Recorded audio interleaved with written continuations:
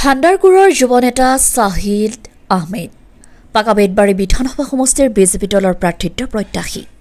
আগন্তুক বিধানসভা নিৰ্বাচন চমু চাপি অহাৰ লগে লগে বিভিন্ন ৰাজনৈতিক দলৰ লগতে শাসকীয় বিজেপি দলে ২৫ নং পাকাবেদবাৰী বিধানসভা সমষ্টি দখলৰ বাবে ব্যাপক তৎপৰতা চলোৱা পৰিলক্ষিত হৈছে।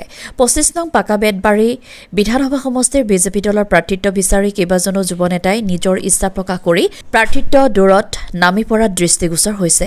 সম্প্ৰতি বৰপেটা জিলাৰ অন্তৰ্গত ২৫ নং পাকাবেদবাৰী বিধানসভা সমষ্টিৰ অন্তৰ্গত খাণ্ডাৰকুৰ গাঁও নিবাসী কামাল উদ্দিনৰ পুত্ৰ তথা ভাৰতীয় জনতা পাৰ্টীৰ কাৰ্যকৰ্তা শ্বাহিদ আহমেদে দলৰ হৈ প্ৰাৰ্থিত্ব বিচৰাত খাণ্ডাৰকুৰ অঞ্চলৰ যুৱ সমাজৰ মাজত এক আনন্দময় পৰিৱেশৰ সৃষ্টি হোৱা পৰিলক্ষিত হৈছে। সৰু অৱস্থাৰ পৰাই বিভিন্ন জনসমাজৰ বিভিন্ন কামত সদায় সহায়ৰ হাত আগবঢ়াই নিস্বাৰ্থভাৱে কাম কৰি আহিছে বুলিও জানিব পৰা গৈছে।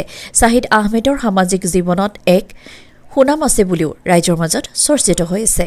বিজেপি দলৰ ২৫ নং পাকাবেদবাৰী বিধানসভা সমষ্টিৰ বাবে প্ৰাৰ্থীৰ এক শক্তিশালী দাবীদাৰ বুলিও ৰাইজৰ মাজত কুচকাৱাজ আৰম্ভ হৈছে। News desk report, TV live news. আগন্তুক অসম বিধানসভাৰ নিৰ্বাচনৰ কাৰণে প্ৰস্তুতি আৰম্ভ কৰিছে, আপুনি কোনটো দলৰ পৰা দাবীদাৰ হৈ আছে? পোনপ্ৰথমতে মই সবকে আসসালামু আলাইকুম ও নমস্কাৰ।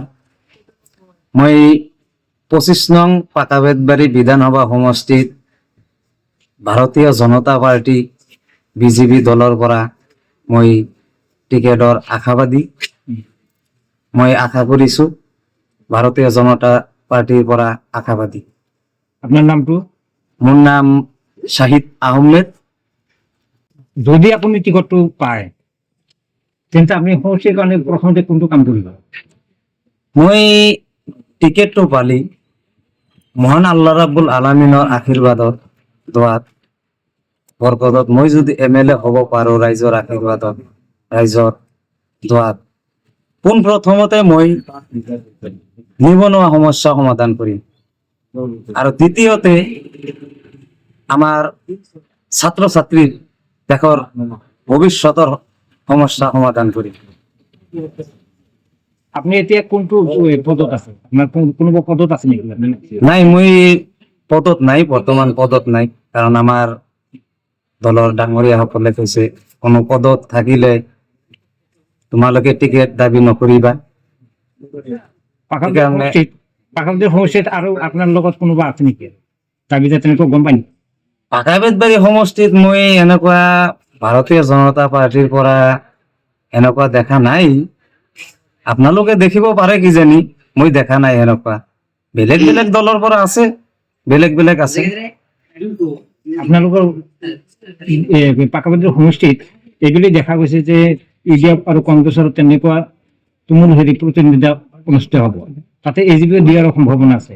গতিকে আপুনি এই ক্ষেত্ৰত আপুনি কি বুলি ভাবে? এইটো UDF কি কৰিছে যোৱা ৫ বছৰত? আলী হুছেইন ডাঙৰীয়াই আছিল, ৫ বছৰত কি কাম কৰিলা? ১০ বছৰ ধৰি ৰানিং বিধায়ক জাকিৰ হুছেইন সিকদাৰ ডাঙৰীয়া আছে, তেখেতেও ১০ বছৰত কি কাম কৰিলা? আগতেও আৰু MLA গৈছে, বহুত MLA আহিছে গৈছে, দেখা পাইছে আপোনালোকে। মই এইখিনি কম যে তেওঁলোকে যিখিনি কৰিব পৰা নাই, মই ইনশাল্লাহ কথা দিলোঁ আপোনালোকক 100% চেলেঞ্জ কৰি কথা দিলোঁ, মই ৩ বছৰৰ ভিতৰত তাত কৰি 3 ডাবল কাম বেছি কৰি দেখুৱাম। আপনি